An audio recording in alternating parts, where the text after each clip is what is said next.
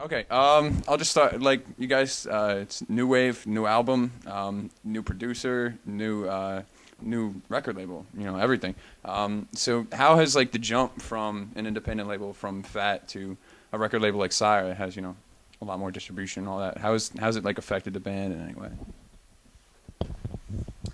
Um, I think that it's been, just kind of a fairly seamless transition in a lot of ways because I think a lot of the reasons for leaving Fat was because we'd kind of reached the ceiling there and like needed more.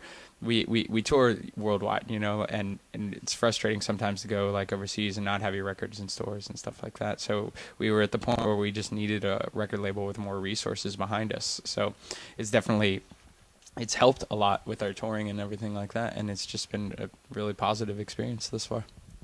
Everything's still pretty much the same. We just tour all the time. So nothing in our lives. It's just kind of we just tour, and other things like there's been more kind of like radio stuff to do, but it's all good. So I think we would all rather do stuff during the day than just sit around until we play. So it's all welcome. So. Have you guys stayed cool with Fat Mike and the rest of the bands and stuff like that over there? Have they been like supportive of you in the transition and all that kind of stuff? No, I'm kidding. Yeah, totally. I mean, when we were gonna sign, I called Mike up and I was like, "Hey, we have an opportunity that we want to take, but I want to make sure you're cool with that." And he's like, "I want you to do what's best for the band." Totally cool, and our friendships come first before any kind of business stuff. So, Mike was totally cool about that. We still work with Vanessa, who is the publicist at Fat, independently from Sire. She still works with us. And as far as bands at Fat, that would never be any kind of issue, regardless. But yeah, I mean, We still see people, all around the world, across the country. Like if we run to Smoker Fire, like James was hanging out with Eric Melvin when he was playing bass in the Me First and the Gimme Gimmes in Amsterdam about 3 months ago. Just everyone's cool. There's no hostility at all. yes. You guys mentioned Smoker Fire. One of my questions was, I originally saw you guys for the first time when you opened up for the Souls 3 or 4 years ago. Starline Ballroom in Sayreville, New Jersey. It was great. I mean, one of my favorite shows. I really got into you guys after that. Got all the old records and all that stuff. So, and then we went to go see you guys in Baltimore. We saw Smoker Fire for the first time open up for you guys, and now they're one of my favorite bands as well. They're awesome. So, asking you guys, do you guys get to choose like younger bands that you like to bring on tour with you guys, or any other way that you can try to expose younger bands to the public? And if you do, how do you go about doing that? And also, exterior question: Are there any sort of like younger bands that you like now that are coming up that really aren't known yet that we might want to look out for? Kind of stuff like that.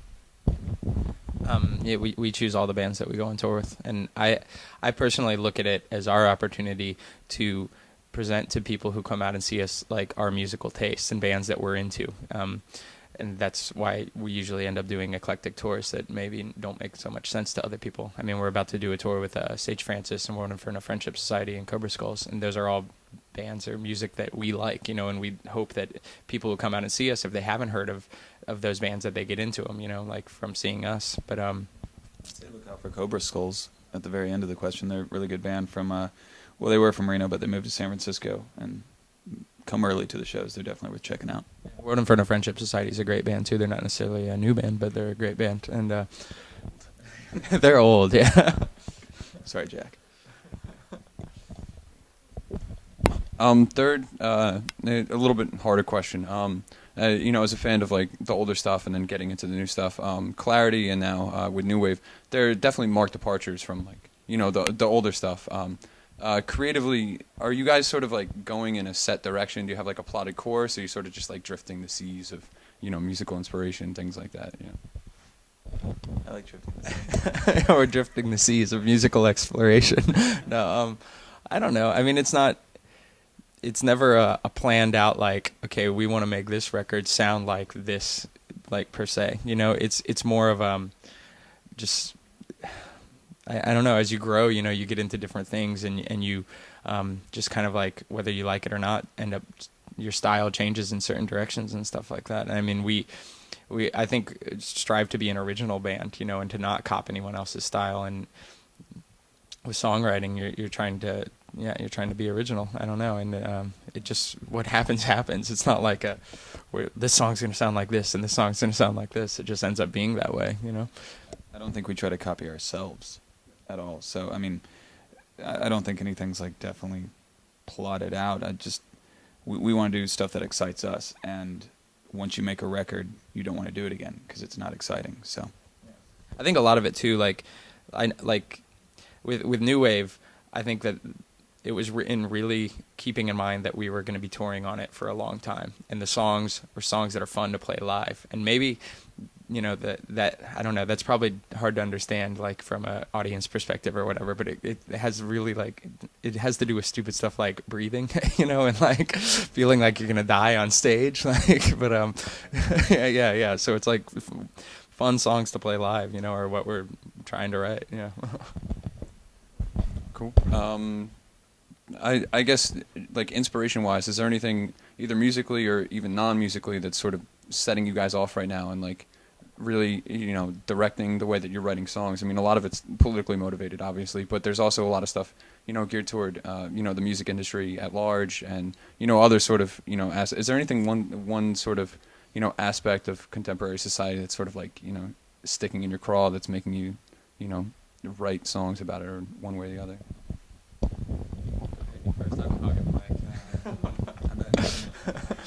I don't know. I don't know if there's one specific thing. I mean, I try and I don't know. I'm not a good fiction writer, so I can only write, you know, what's around me. And but I like to write about different things. So, you know, I just kind of try to look at as many influences as possible, you know, and whether that's, you know, what's happening in the news on TV, or, you know, like what's happening in my immediate world around me, or whatever. But there's not one specific thing. No.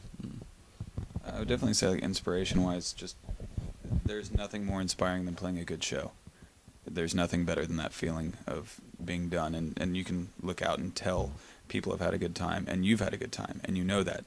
And you know this because sometimes you have shit shows, and it's the worst. There's no medium. It's either the worst feeling in the world or the best feeling. And we're very lucky that the majority is, you know, mostly the best feeling. So that inspires me.